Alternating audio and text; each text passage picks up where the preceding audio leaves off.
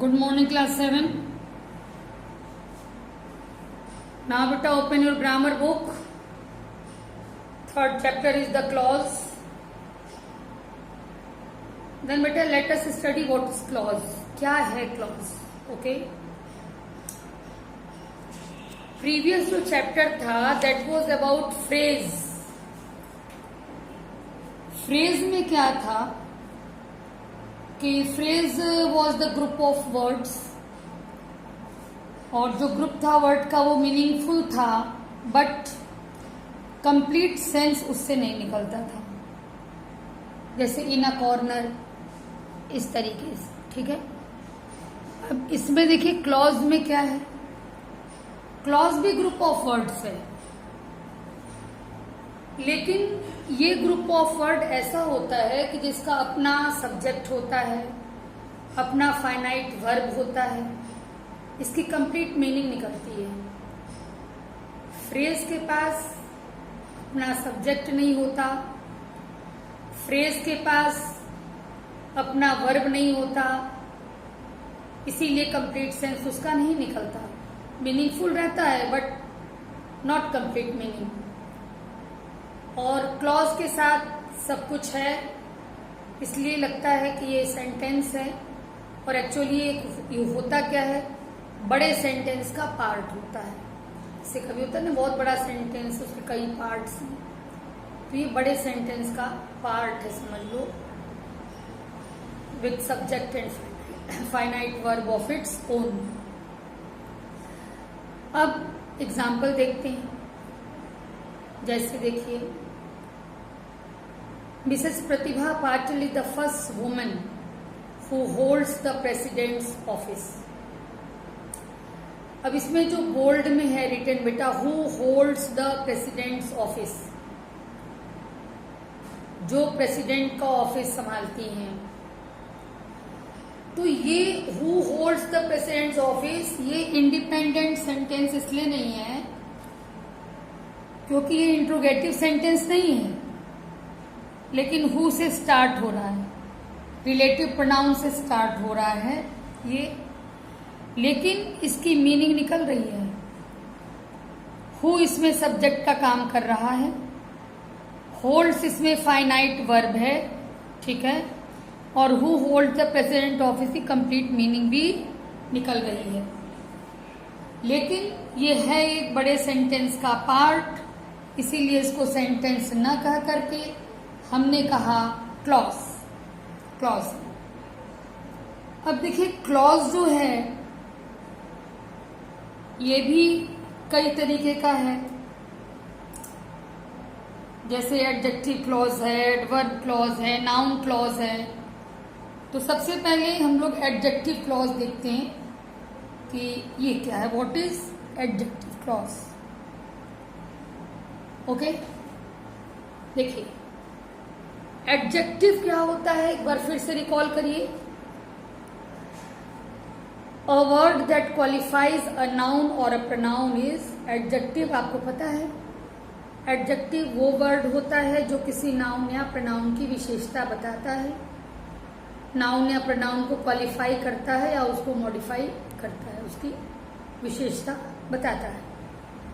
तो adjective clause क्या हुआ, देखो एडजेक्टिव सिंगल वर्ड है, लेकिन एडजेक्टिव क्लॉज एक पूरा group of words with subject and finite verb, लेकिन फंक्शन इसका वही होगा जो एडजेक्टिव का होता है, यानी फंक्शन इसका होगा किसी नाउन या प्रोनाउन की विशेषता बताना, किसी नाउन या प्रोनाउन को क्वालिफाई करना।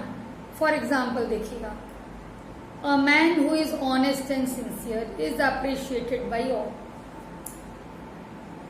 ऐसा मैन जो कि ऑनेस्ट है और सिंसियर है, उसको सभी के द्वारा अप्रिशिएट किया जाता है। ये बोल्ड में जो रिटन है, who is honest and sincere, जो ऑनेस्ट है और सिंसियर है, ये किसके बारे में बताया जा रहा है, अ मैन, मैन के बारे में बताया जा रहा है कि who is honest and sincere is appreciated by all. यानी ये जो है, देखिए इसमें इज है, यानी वर्ब है, सब्जेक्ट है, तो who is honest and sincere, ये अपने आप में देखा जाए तो कंप्लीट है।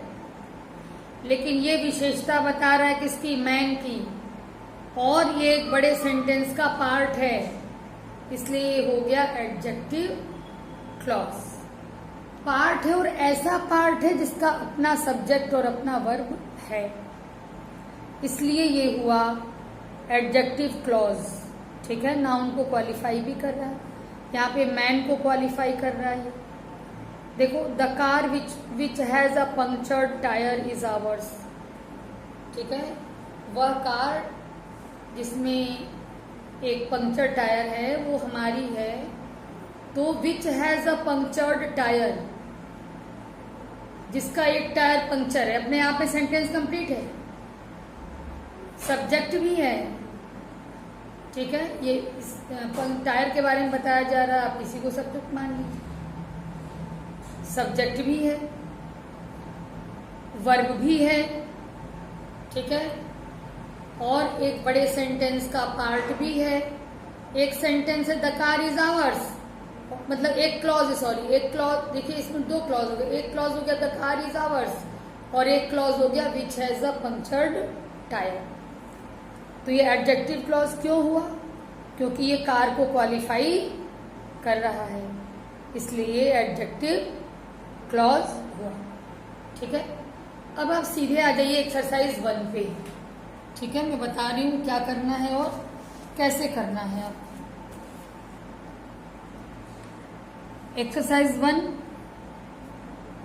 Page number 19। चलिए,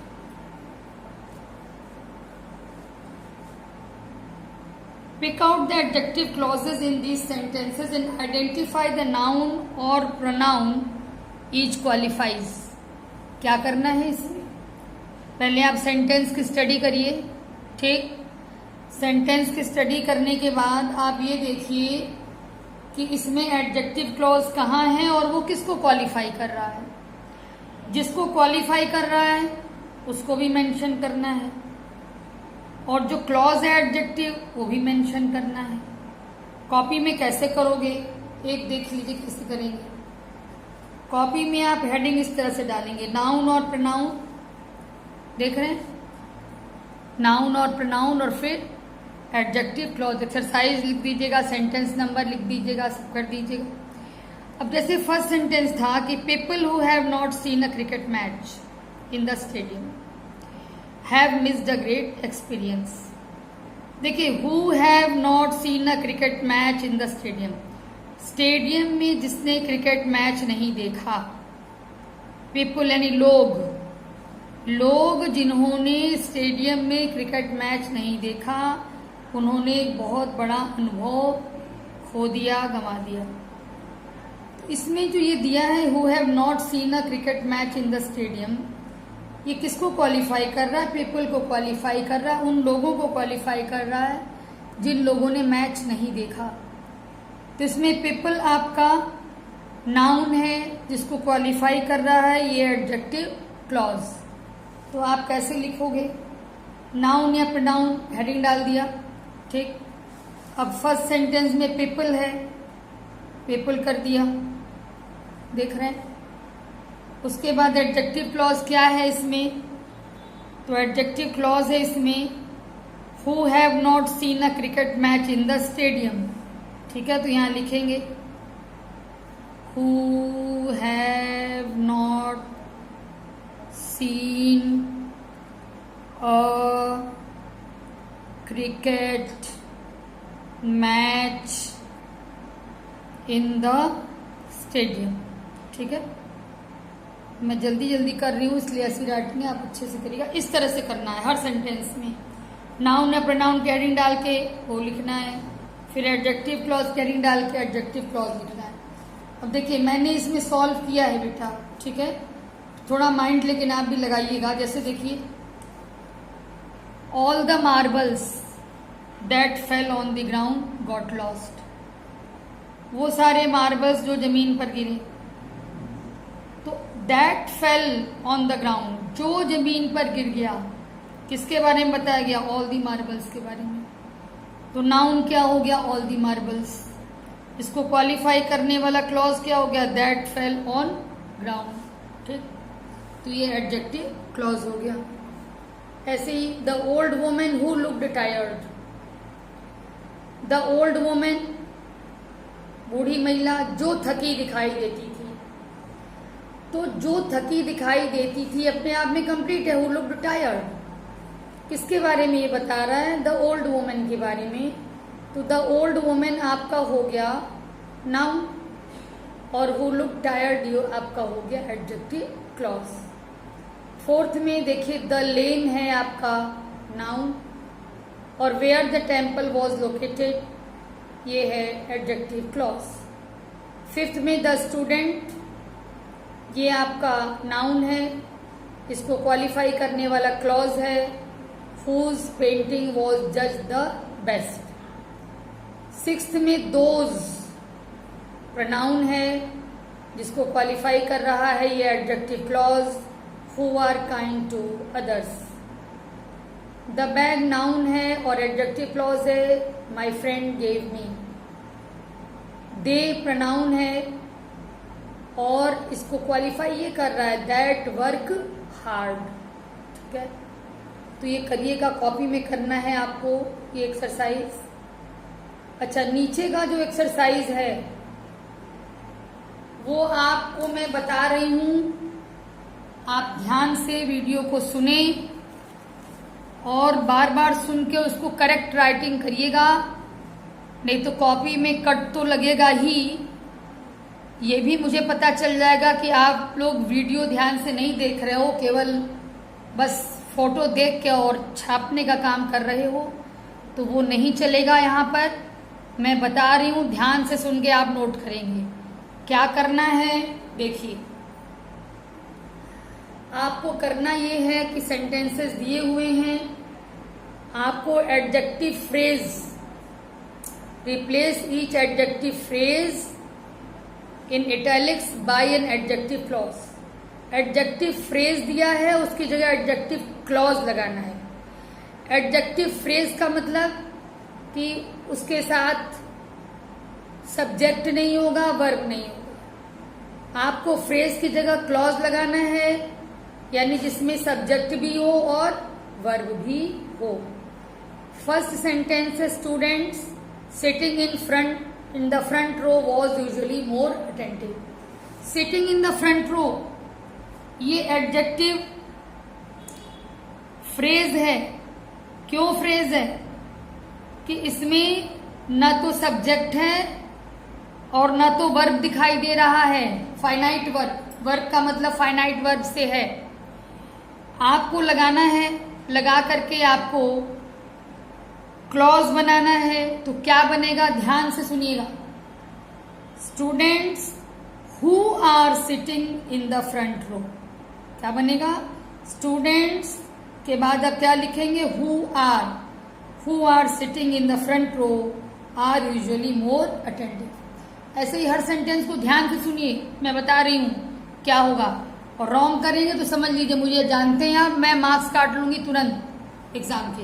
एकदम करेक्ट राइटिंग होनी चाहिए कॉपी में। ध्यान से वीडियो को सुनिएगा। This is no way how to treat a poor girl. Way के बाद हाउ लगा दीजिए, कंप्लीट हो जाएगा। There is no way how to treat a poor girl. Third, I can still recollect the mischievous acts. Of को cut करना है और ऑफ की जगह लगाना है that I did in our childhood. Of की जगह क्या लगाना है? दैट आई डिड इन, बाकी तो इसमें ही है आवर चाइल्डहुड। पूरा सेंटेंस बना, I can still recollect the mischievous acts that I did in our childhood. Next, we were surprised by the strange sound. ठीक है, ये कट करना है। ऑफ आवर रेफ्रिजरेटर की जगह क्या लिखना है? देखिए, that was produced by our refrigerator. फिर से सुनिए sentence, we were surprised by the strange sound that was produced by our refrigerator. Fifth question इनका रॉन्ग है, काट दीजिए आप उसको, क्योंकि गलत दिया है, उसको आप सॉल्व नहीं कर पाएंगे। सिक्स्थ पर आइए। वाटर के बाद टू बी कंज्यूम्ड को कट करना है, उसकी जगह आपको ले आना है water that we consume. Water that we consume, to be consumed हटेगा, इसकी जगह आएगा दैट वी कंज्यूम। देखिए यहाँ पर लिखा है, ये चीज आएगी यहाँ पर। Water that we consume should be boiled and filtered. Water that we consume, consumed नहीं, दैट वी कंज्यूम, यहाँ लिखा भी है मैंने। Water that we consume should be boiled and filtered. इसकी जगह सेंटेंस एकदम चेंज है, देखिएगा। All that glitters is not gold. All that glitters is not gold. Next, a man. अब ये वर्किंग सिंसियरली एंड ऑनेस्टली, ये फ्रेज पूरा हटेगा क्योंकि क्लॉज ले आना है। तो क्या किया जाए, a man who works, who ला देंगे तो सब्जेक्ट भी आ जाएगा, वर्क्स ला देंगे वर्ब आ जाएगा, ठीक है ना। तो अ man who works sincerely and honestly, ये लिखना है इसकी जगह। यहां पे वर्किंग सिंसियरली एंड ऑनेस्टली हटेगा, who works sincerely and honestly. आप ये भी समझ सकते हैं कि वर्किंग को हटा करके हमें लिख देना है हु वर्क्स, बाकी तो सिंसियरली एंड ऑनेस्टली है ही यहाँ पे। फिर से सुनिएगा, मैं पूरा सेंटेंस बोल रही हूँ, कोई कंफ्यूजन ना हो आपको। अ man who works sincerely and honestly, comma, ultimately wins. फिर से सुनिए, कंफ्यूजन नहीं होना चाहिए। अ man who works sincerely and honestly ultimately wins. तो ये आपका होमवर्क है, आपको कॉपी में करना है, और बहुत जल्दी मैं कॉपी मंगाऊंगी ग्रामर की, इसलिए तुरंत का तुरंत वर्क अपडेट होना चाहिए। Okay, thank you.